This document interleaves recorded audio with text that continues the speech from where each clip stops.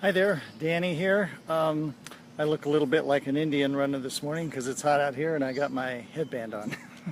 But today's Facebook Live, we did a poll a couple of weeks ago and asked people, what do you want to hear? What kind of topics do you want to hear on my Facebook Live? So two of the top ones were technique and body sensing.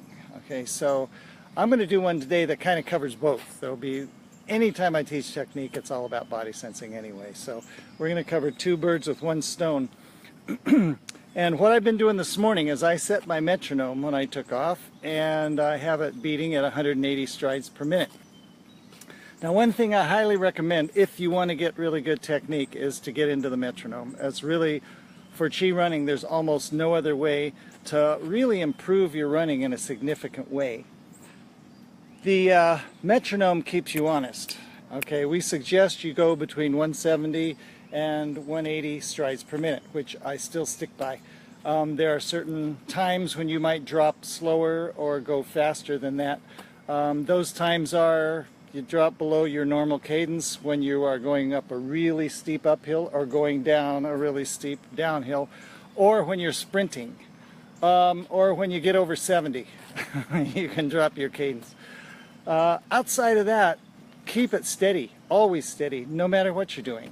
All right, so get a metronome if you don't have one, upload one, download one, or buy one from us, and find your optimum cadence. Now, I say between 170 and 180. That's because when I think about doing the chi running technique, if I drop below 170, and I've tried it, when I drop below 170, I'm plodding.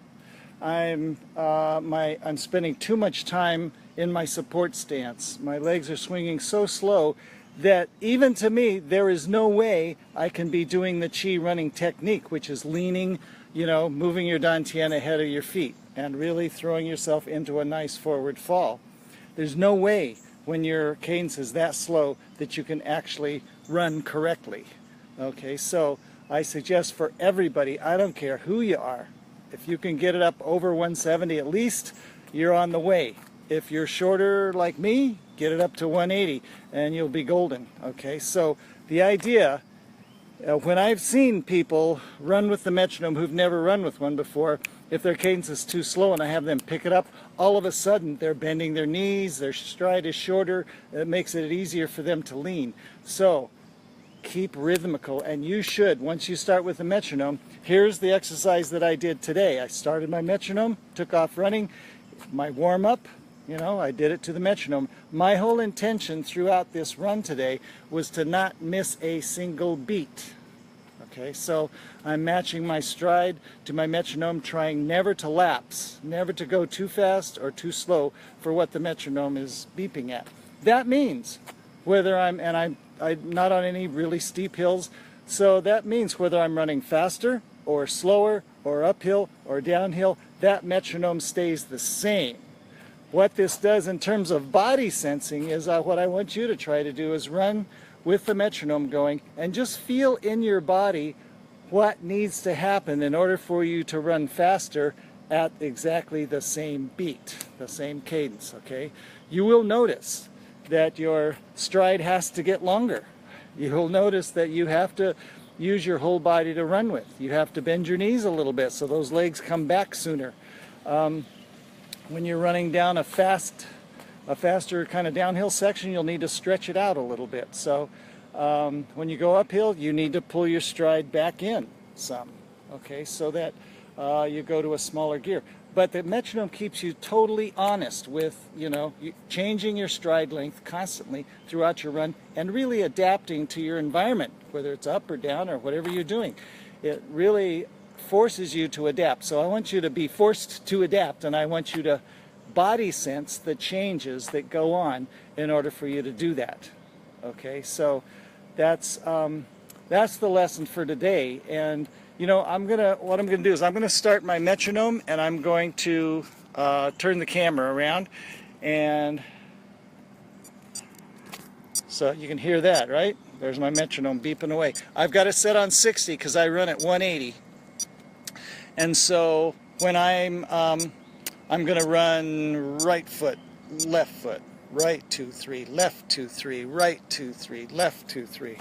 Okay, so, and I'm going to speed up and slow down, and I'll show you. I stay with the metronome.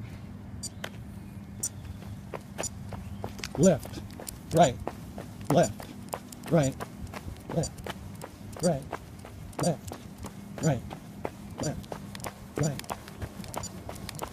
I'm going to pick up my speed.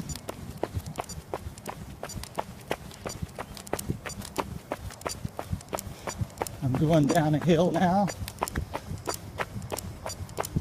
Now I'm going to intentionally slow up, where I'm barely jogging. I'm still staying right with the metronome.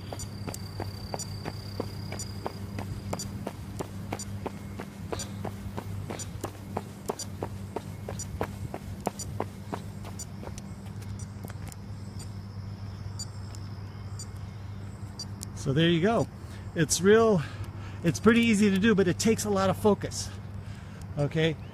But really, I want you to just do your body sensing and really feel the difference, the changes your body has to take on in order to stick with that metronome at any speed. Okay? Have fun, and trust me, the only way you can do this exercise is to get outside.